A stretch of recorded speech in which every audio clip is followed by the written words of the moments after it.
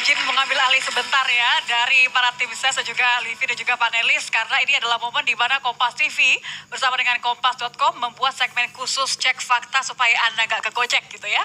Di mana kami akan mengkurasi data yang disampaikan oleh calon presiden di debat tadi, ada begitu banyak pernyataan, kami cocokkan dengan fakta-fakta yang ada. Nah, tentu pertanyaannya, apa saja kemudian data dan fakta yang disampaikan oleh Capres tadi, seperti apa? Kita akan bahas cek fakta bersama dengan Bayu Gali, editor cek fakta Kompas.com. Mas Bayu, ini debat pamungkas, tadi kita lihat di war room-nya cek fakta Kompas.com, kita lihat begitu banyak yang harus kemudian dikonfirmasi ulang.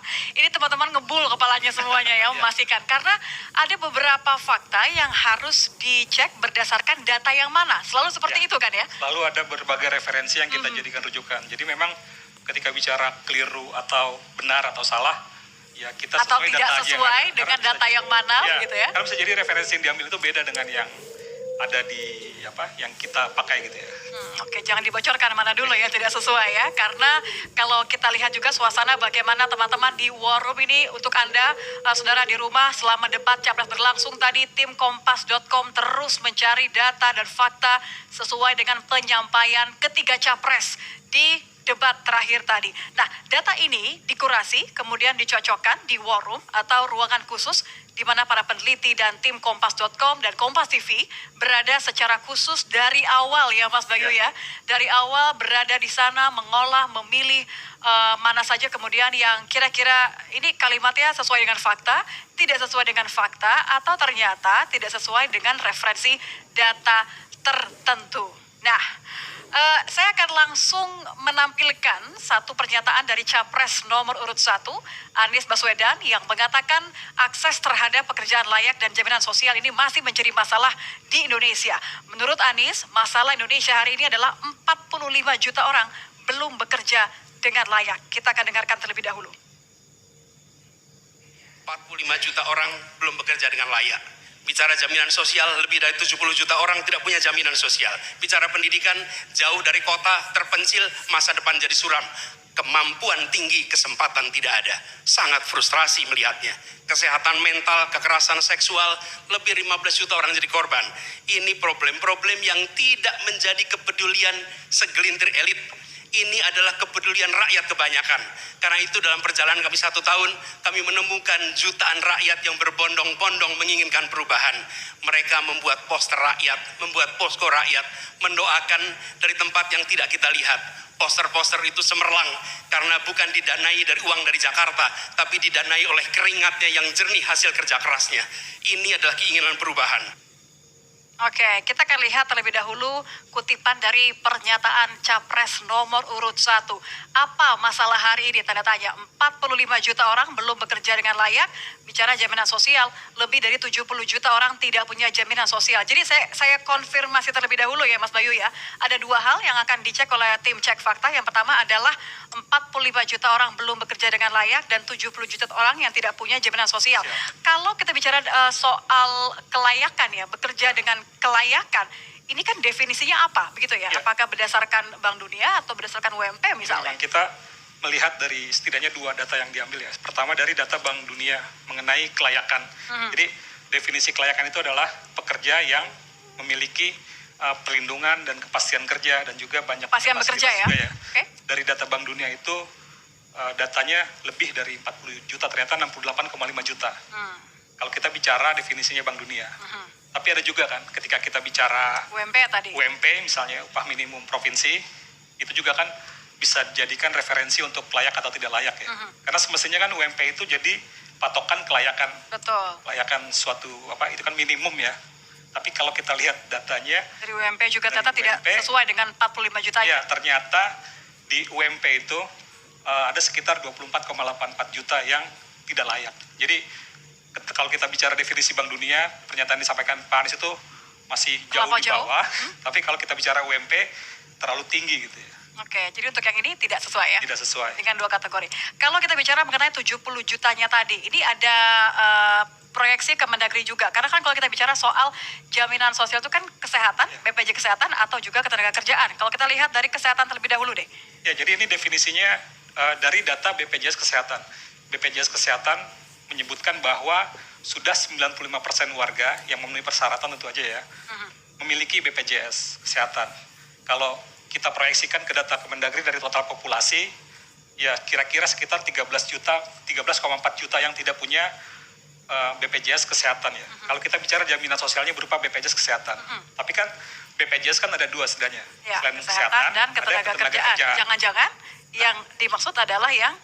Ya, memang ketika Pak Anies bilang 70 juta tidak memenuhi, tidak punya layanan jaminan sosial, yang dimaksud jangan-jangan memang BPJS Kesehatan. Karena kalau dari kepesertaan BPJS Kesehatan tercatat bahwa memang ada sekitar 78,7 juta orang yang masih belum punya BPJS Kesehatan. Oke, jadi jangan-jangan jaminan sosial yang dimaksud Pak Anies itu adalah berdasarkan dari BPJS Ketenagakerjaan yang 78,77 juta orang. Ya, jadi kalau kita lihat jaminan sosial BPJS Kesehatan, 95% punya, tapi kalau BPJS Ketenagakerjaan ternyata masih banyak pekerja yang belum terdaftar sebagai peserta BPJS Ketenagakerjaan.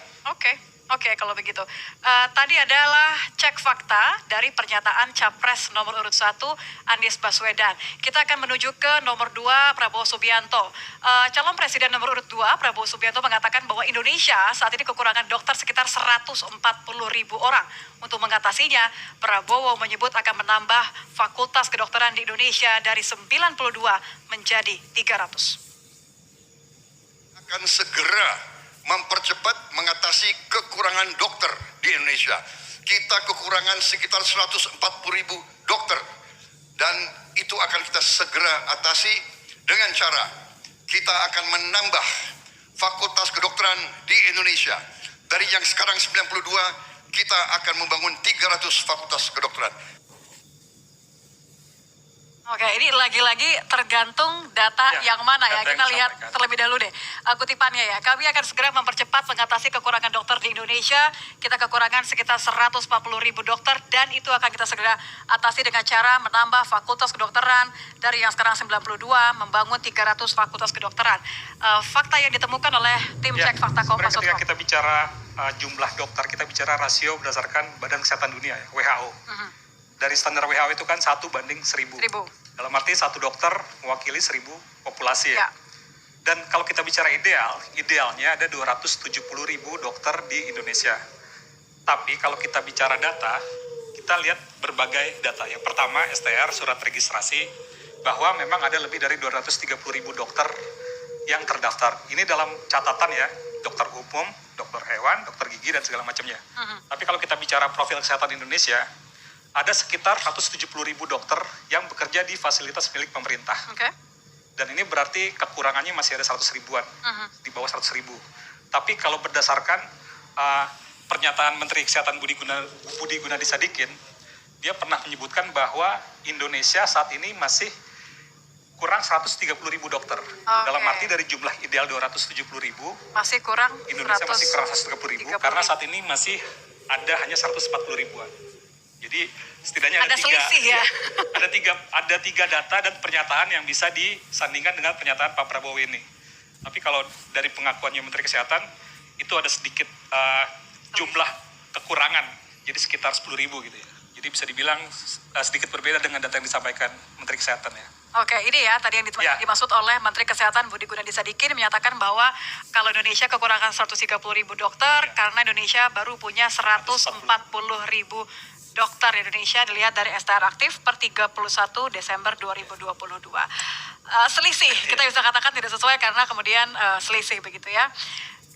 Kita juga akan lihat bagaimana kesesuaian fakta yang disampaikan oleh calon presiden nomor urut 3, Ganjar Pranowo, yang menyebutkan bahwa anggaran kesehatan sebanyak 5-10% dari anggaran pendapatan dan belanja negara atau APBN ini mampu memastikan layanan yang lebih baik. Hanya memang ketika undang-undang sebelumnya mengatur bahwa ada persentase dari anggaran untuk kesehatan mesti diberikan, terpotong kemarin. Rasanya ini mesti dikembalikan. Angka 5-10% menjadi angka yang bisa memastikan dalam politik kesehatan kita layanan itu akan jauh bisa lebih baik. Langsung saja kita akan lihat begitu ya, ini kutipannya. Hanya memang ketika undang-undang sebelumnya mengatur bahwa ada persentase dari anggaran kesehatan mesti diberikan, terpotong kemarin rasanya ini mesti dikembalikan. Angka 5-10% menjadi angka yang bisa memastikan layanan itu bisa jauh lebih baik. Karena memang sudah ada perubahan undang-undang ya. Ternyata fakta yang ditemukan oleh tim cek Ya, fakta memang Kompas.com. ternyata menariknya adalah memang pernyataan Pak Ganjar benar ketika dia bilang ada pemotongan anggaran. Memang di undang-undang sebelumnya, di undang-undang nomor 9 tahun 2009 gitu ya, itu kan ada ketentuan yang namanya 5% di APBN untuk kesehatan. Dan 10% di APBD untuk kesehatan. Nyatanya anggaran itu, alokasi anggaran itu dipotong di undang-undang yang baru, di undang-undang nomor 17 tahun 2023. Jadi sebelumnya ada semacam pembatasan. Tidak ada besaran minimal begitu ya? Ya, sekarang kan tidak ada lagi tuh 5% atau 10% di APBD. Tapi kita lihat juga datanya bahwa ternyata ketika di Indonesia masih menerapkan 10% di APBD, banyak juga pemerintah daerah yang tidak memberikan anggaran kesehatan masih di bawah 10%. Padahal udah ada undang-undangnya. Tapi ternyata banyak yang tidak memenuhi ini. Jadi kalau kita bicara maksimal Ya. juga artinya tidak bisa dipastikan. Tapi kita juga bicara ketika anggaran katakanlah ditetapkan 50%. Masalahnya di realisasi anggaran. Dari tahun ketika undang-undang ini berlaku ya, undang-undang 2009 ini berlaku, masih banyak realisasi anggarannya di bawah 5%. Oke. Dan ini baru mulai membaik katakanlah di 2022, 2021, 2023 ini ya. Baik.